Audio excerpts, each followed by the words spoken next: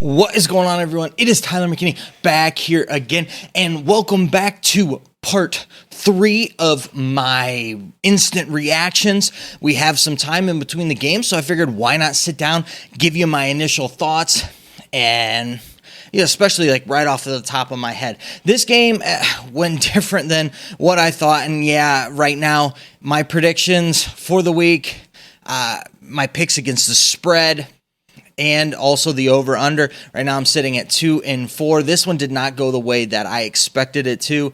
I was hoping that this one's going to be a shootout, and it wasn't. It was more of a defensive struggle. The defenses really took over this game, and that was pretty much the story of this game. And it really just reminded me, I just got done watching 3 games of football, and I am just not conditioned to watch football. I have not done this type of a thing in a long time, and I'm not necessarily wore out, but I'm just starting to get my eyes back on seeing the little nuances that I haven't been doing of late, to where it just it's just interesting from that perspective. But getting back to this game, it was the defense from the get-go. Defense took over this game, and the defense is what won it for the Breakers. It was the blocked punt for the safety and the interception. Those two started the things off for the Breakers to give them the 9-0 lead. The Stars scored a touchdown in the first half, and that was pretty much your first half. The interesting stat from the first half was that the Breakers, their defense was on the field most of the first half. For 2/3 of the first half, literally over 20 minutes, the Stars had the ball out of the 30 minutes of the first half. And opposite for the second half. There was only totally 3 minutes of difference in time of possession for the whole game, but it was like opposite. One had 2/3 of the time in the first half, and the other one had the 2/3 of the time in the second half. First half, it was the Stars. Second half, it was the Breakers, and a lot of that, too, was like the offense. The Breakers had less than 100 yards of total offense for the first half, and the Stars, they got shut down in the second half. The Stars moved the ball decently. They just had 2 missed field goals, and they had an interception and a fumble, and that's kind of pretty much what sealed the deal for them with it. I'm looking at it too as like you got 2 missed field goals here, and nothing. Meagle, he is a raw, awesome talent, and you're kicking with new people with a new ball. He'll get things figured out. It's been tough sledding for most of the kickers throughout the league. He'll get things straightened out. Punting wise, did a fantastic job when he did have to do that free kick. That was an awesome thing with it. Looking here, though, they went a little bit more traditional than what I thought. In the other games, they kind of went non-traditional with like going for 2 and things of that nature. In this game, they pretty much stuck with the kicking game and did what you would traditionally pick to do. Kick field goals, went through and punted when you should have. I think the Stars at the end, they shouldn't have punted with less than 4 minutes left to go. You go for it on 4th. In a league like this, when you got an opportunity, you need to pounce on that, and you need to take all the opportunities when you can get them with that. When I'm looking at standout guys, I was kind of surprised also too. Every other team has swapped out quarterbacks. This is really the only situation where we haven't had any quarterbacks swapped out. And, Sloter, he also got hurt in this game, but continued to play, continued to be in there.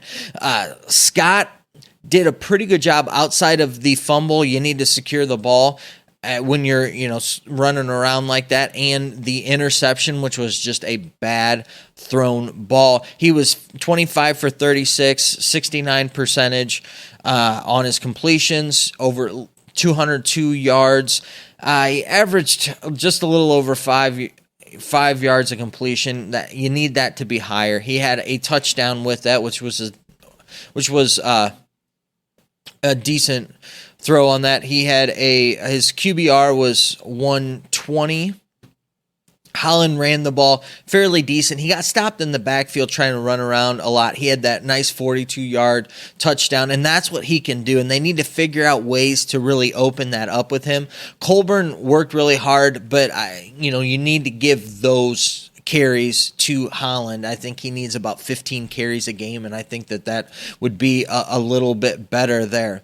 Rowland, number 12, he made some great catches, and I think they need to feature him, which they did. He's got 7 receptions, but they need to figure out a way to get the ball into his hands a little bit more, maybe do some end arounds and some stuff like that with him.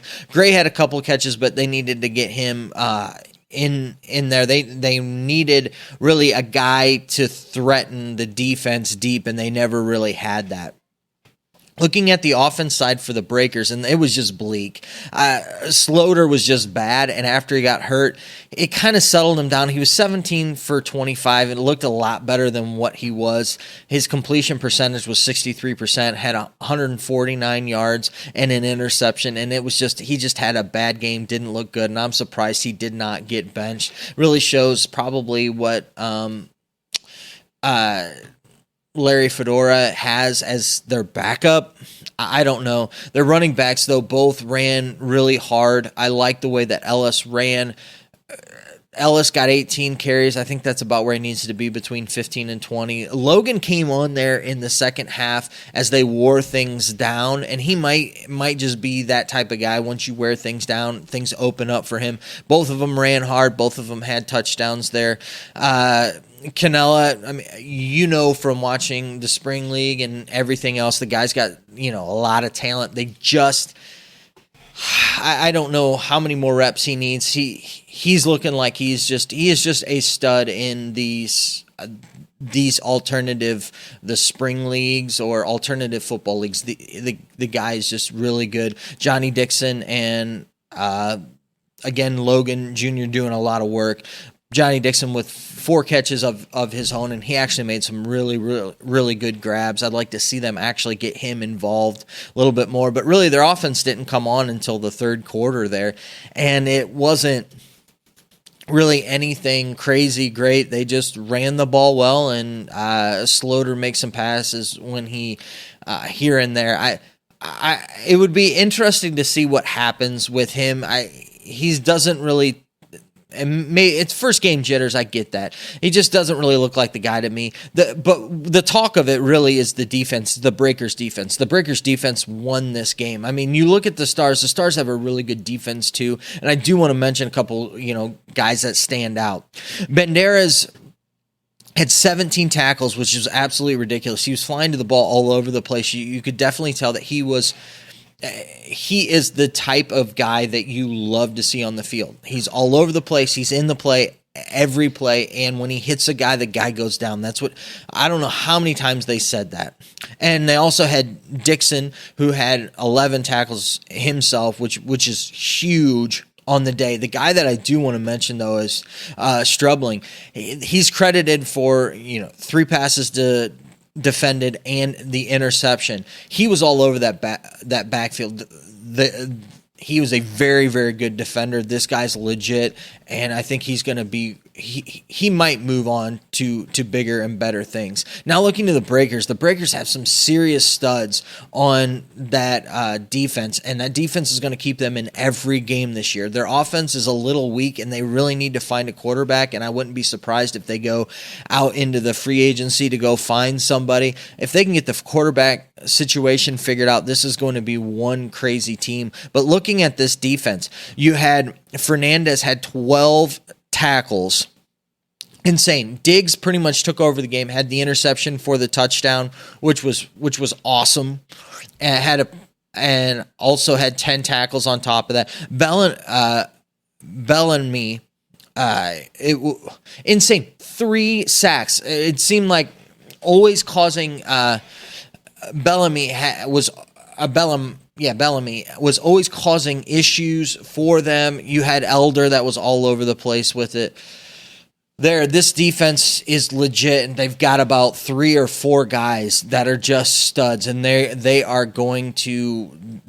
going to take it to other teams. And if they can get this offense figured out, this is going to be a really, really good team, and one that you'll probably be seeing in the playoffs. But really, outside of that, 246 total yards for the Stars.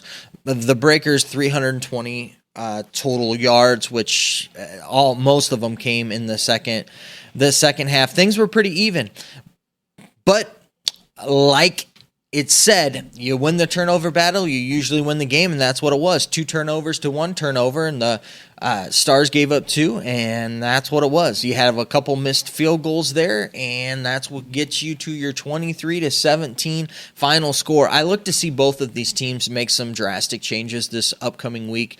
You'll see some different differences here that these teams will probably be different. And like I said, this was the first game that we haven't had a quarterback change up in, and we'll see if they decide to stick with their guy or they bring in a new one.